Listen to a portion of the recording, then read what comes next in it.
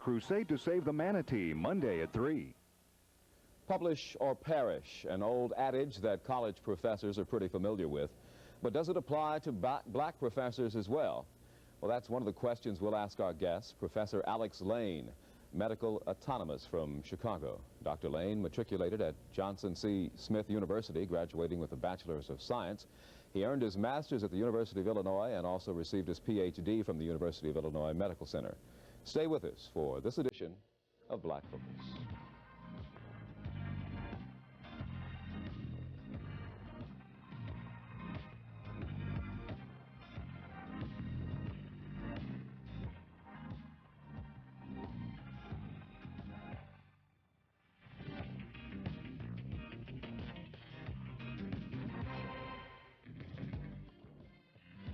And welcome to Black Focus. I'm Jay Johnson, your host. As aforementioned, our guest is Alex Lane. I said autonomist, but the word is really anatomist. Am I correct? That's correct. Publish or perish. What should we do about that? Well, actually, in some areas of college teaching, there's not a demand to publish or perish, publish. And, but in some other areas, and when you're deeply in research, then you must publish in order to inform other scientists on what is going on in your laboratory. Now, is that publishing basically publishing of letters and notes, or is it publishing of actual textbook material? Well, the publish after a person has done research is usually papers, original work in the laboratories, and stating what has been accomplished in the particular laboratory. Mm-hmm. Let's begin by finding out about who Alex Lane is. You're from Chicago, but where did you start out? Well, I was born in Georgia. My parents, Calvin and the late Corinne Lane, had a lot of influence on me there, and actually I believed in what they told me, and when they tell me I could do good, I would believe it and try to do it. Mm-hmm. I went to school there and finished high school in a little town called Millen. And then I went on to Johnson C. Smith University, where I received a bachelor's degree. Mm-hmm. And then I took off for the north. Well, what spurred you to decide to involve yourself in medicine and the study of medicine as a rural southern boy, if you will? Well, I'd like to point out that I studied human anatomy, and anyone who studies human anatomy is involved in the human body, of course, and that involves medicine in that respect, but I'm not an MD. I'm in the area of research and teaching, and that sort of brought me here. Mm-hmm. What made you decide to study anatomy and physiology? Well, that was something that sort of came as I went through college. I began to realize I seemed to have been talented in that area, so it sort of followed that I'd stay in that area. Mm-hmm.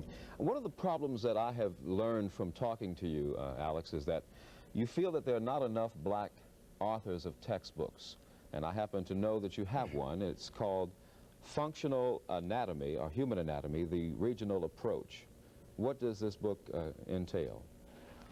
Well, your first question was that I thought that college professors, black college professors, have not done enough in this area. I'd first like to say that I think that the black people as a group are quite diversified, and they have diversified talents, and many of their talents are well developed, such as in sports, and they're beginning to be developed in the political arena.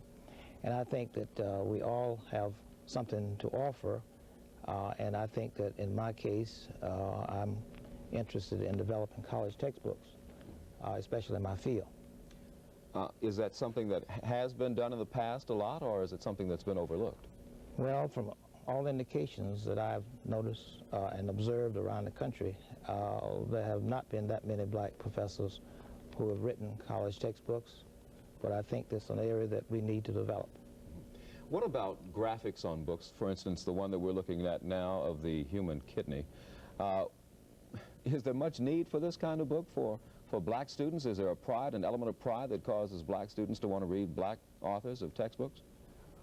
Well, I think so. I think that textbooks as they are written, one, you use examples to explain what you have just said, and that some examples can be more related to black understanding, if you will, of the concepts that you are trying to present. If you take an example of something the person is not familiar with, it's a chance that they won't understand the concept. Mm-hmm. So I think that that can be a very big help. Did you note a need for this? Was there something in your practicum on a day-to-day basis at Triton College that made you say, well, we need to replace, if I'm not mistaken, Gray's Anatomy? Well, this is one reason for looking into the possibility of new text is that you think in terms of the reading level of the text. You think in terms of the approach of the text. For instance, we may say that students' achievements are not as good as they used to be in some areas, but it's my feeling that when the achievement doesn't seem to be as good as you'd like it to be, you have to start looking at some of the methods the teachers using, some of the books they're using, this could be a source of the problem. Let's take a look at some of those methodologies. What would you find to be some of the biggest problems with the basic textbooks of today? Are they antiquated? Are they behind the times? Well, in some sense, they are behind the times. And in some cases, the reading level is far beyond that which a student in, say, an undergraduate college student would have to read. So that's one of the problems you have to look at and make sure that the reading level is suited for the particular student you expect to read it. All right, now that brings about a question, as it sounds like an indictment against the teaching profession then, that perhaps they're not doing such a good job with teaching our students in the beginning. Well, I won't say that. I think the teachers are doing a fine job. I think that there's always a need for improvement. And I just think we as teachers have to look at ourselves as well as look at the students that we are receiving to get the whole problem. Some students seem to have some problems with either the reading level of magazines or books, as we mentioned just a moment ago. And then again, there may be graphic ideas. What seems to be the most important role, the reading level of a book or the graphic concepts? Well, I think it's a combination, because even the illustrations can have a reading level above the student. The cluttered labeling, the subtitle of the illustration, but the reading level of the text, for instance, is very, very important. If they cannot understand the text, then it's difficult for them to understand the concept. Are you sort of an oddity, Dr. Lane? Is there a union of black textbook authors? No, I don't think so, and I never really have heard of one, and I think that would be a very good idea if that could happen, because in the publishing business, the college textbook publishing business, we have the problem of marketing. We might say, use the word marketing, and because of many of the leading companies that really up on marketing generally already have authors written these kind of books, and that the kind of companies that many of the black authors that I know have written for do not have as much publicity in regard to marketing as others, and a connection with the black authors around the country could be a very big help to the other black authors. And I think it will give them encouragement, because I think that's one of the problems that black authors feel, is that all the effort that it takes to write a book, and the outcome may not be that desirable. I'd like you to walk us through the actual procedures of getting a book published as Black Focus continues, right after this.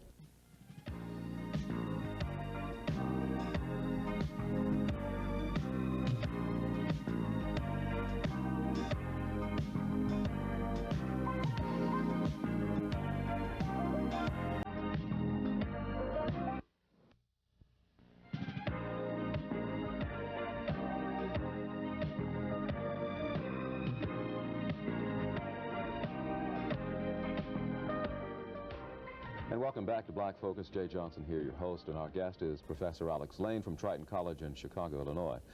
We were talking earlier, Dr. Lane, about the procedures for getting a book published, not just a novel, but a textbook. What are some of the basic things that one must do once you have the concept for getting this book published?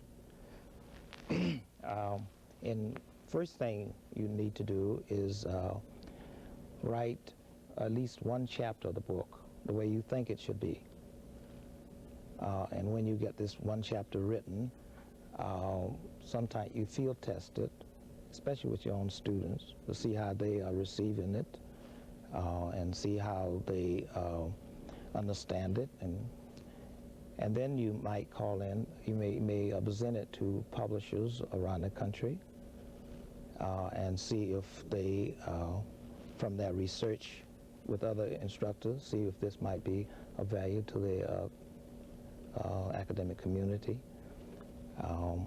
And once you do that, and you check as many companies as you possibly can, you have to select one. And you base that selection on whether, you know, the opportunities you can have with that particular company. So that's about what you do. Okay. Before we get into the opportunities, the first thing that comes to mind is the folks that I know that have written novels. I know right away from the very beginning they get $25,000, $30,000, $40,000 advance money just for the thought, the concept. Then they go into actual writing of the book. Is it similar for textbooks? Well, there are two sets of companies, I would say. One set of companies would advance a college professor, and this set would advance your illustrations for you, or if you needed them. They would advance copy editing. They'd give you somebody to proofread your work. Whereas the other set of companies would ask you to do the whole thing yourself. First question that comes to mind is, which set of companies did you have to deal with? The set that you have to do everything yourself. Yeah. So just what did you have to do then? You had to do the editing, the writing, and all of that. Well, you do the complete writing. Did you have to advance yourself your own money? You advance your own money. Is that right? Yeah, and you get your own illustrator, and you get your own proofreader, and your own editor. And as a matter of fact, the first book, I copyrighted myself. And yet the company published it, but I copyrighted myself. Is there an advantage or disadvantage to that copywriting? Well, the big disadvantage of copyrighting yourself in most of the companies is that you don't get listed in books in print. Okay, explain books in print to us. Now, books in print is a book that lists all the books written in the United States. And this is a book that many librarians and teachers will look through to see if there's a book that meets the need of the particular area that they want to deal with. So that's one disadvantage. But sometimes it's a need to copyright yourself because you know, if you want to do it that way, you want to keep the copyright in your own name. But then there's a lot of advantages of copyrighting in the publisher's name, because then they, of course, put it in books in print, and that they are more likely to publicize the book and do more marketing for you if you do it in that way. All right, now you must have done well with this. You're in your third edition of the Functional Human Anatomy Regional Approach text, and also understand that you now have a study guide to go with it, sort of a master plan, and this is not from the same company. It is with another company, is that correct? That's correct. Now, how did the first company feel about you going to another company to have your book published, or your study guide? Well, they would have liked me to go with the same company, but they did not give me too much difficulty by doing so. They do know about it, and so... Was this something then that you copyrighted yourself? No. The other company copyrighted that book, second book, the study guide. All right. So, and then I was going to say that further, you know, if the company copyrights it, and it's a company that send their PR people around to the various colleges, they will take a book, copy your book. And for instance, with Kendall Hunt, they show the book around the country in different meetings, whereas if you copyright yourself, you may not get this exposure. Speaking of exposure, who decides on what text will be used at a particular university or high school? Well, one, in the college scene, it's usually the instructor who chooses his or her text. Not the department head? Not the department head. Now, in the high schools, they usually have a committee to adopt books, and this committee is the one that would adopt the book. What kind of opposition have you met head-on with those opposed to having this text in their schools? Well,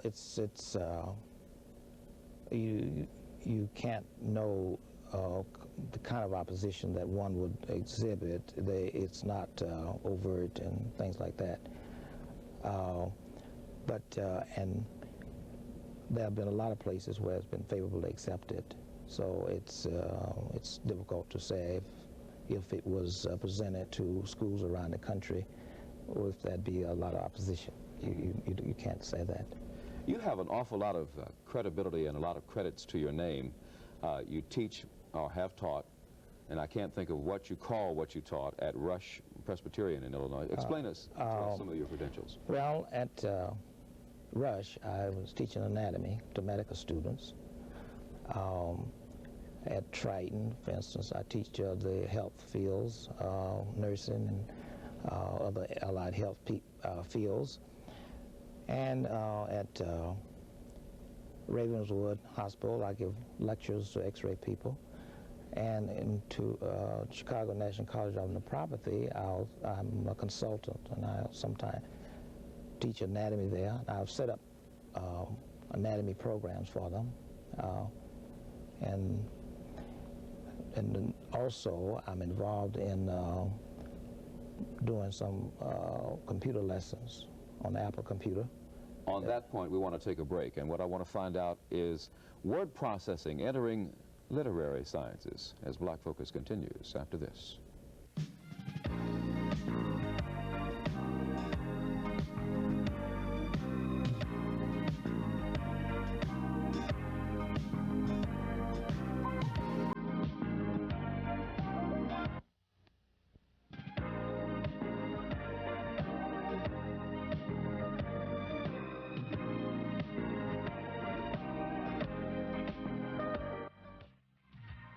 The Black textbook author is our topic. Our guest, Dr. Alex Lane from Triton College in Chicago. Let's talk about the fact that we've always taught our young people that it's important to learn how to write and write well. Has word processing sort of changed that description? And if it has, where are we headed? Are we headed toward the computer and high technology? Well, I consider a computer as just another method of instruction.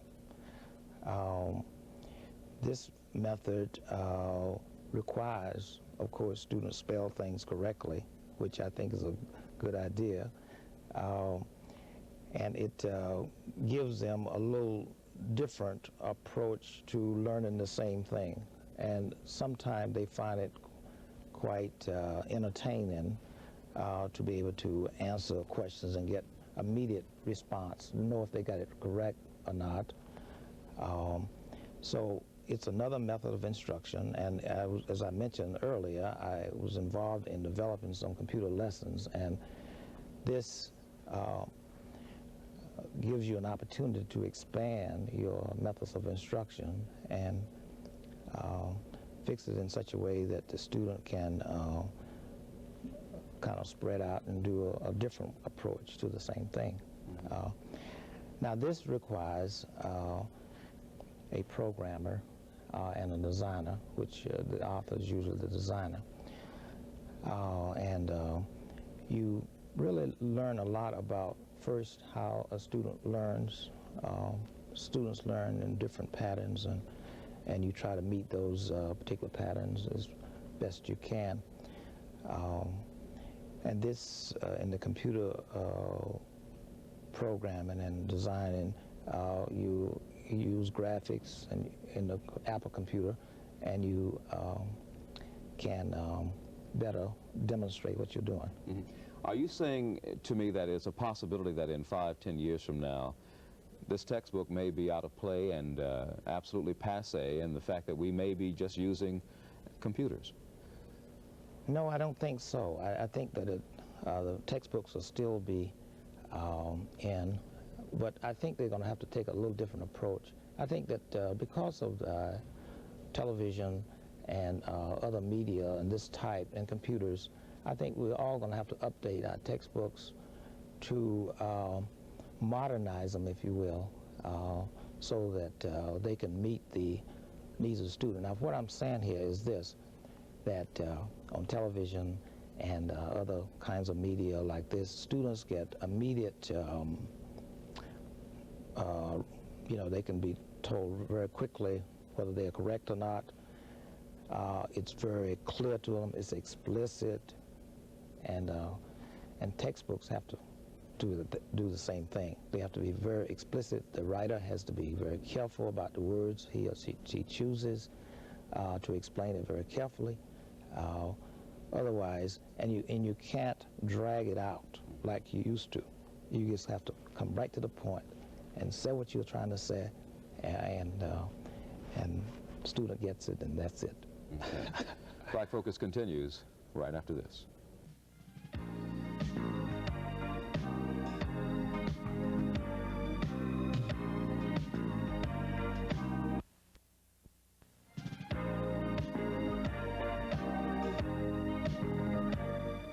And welcome back to Black Focus. Dr. Lane, what special challenges face those who write texts and factual books as you do? Well, there's a lot of competition in the college textbook writing, since there are a lot of authors who have had textbooks in the area, in the field for so long, and they can update so quickly, and they have the staff to do this. And so that's some of the things that involved competition is one of the big things. Are there many black college textbook authors now? No, as far as I know, there are not many black professors who have written college textbooks. What do you think the reason is for that? Well, I think that the challenge to get them published and to get them marketed around the country, I think that's one of the big things. And I think in the white group, for instance, the white professors, many of them have been established as far as textbook writers, and so the competition is quite keen. They've already been in the field a long time, and in regard to the black professors, that needs to be a little developed. We need to develop that. Is there anyone doing anything to encourage those professors? Well, not especially, I don't think. That's a thing that I think should be done. Do you feel that young people today in college are getting a good education, or is there something lacking? Well, I think basically they are getting a good education now. I do think that, as I pointed out before, I think they need to modernize their textbooks. And in many cases, there are methods of instruction I think could be an improvement to the process. And is it more profitable now to consider doing publishing, or more profitable to consider the computer programming that we talked about earlier? Well, I think computer program is more profitable, but I think that the textbooks are still a very valuable part of the learning process. Mm-hmm. All right. Professor Alex Lane, thank you very much for joining us here on Black Focus. It's been a pleasure having you. Well, it should have been a pleasure being here. It's been my pleasure. Thank you.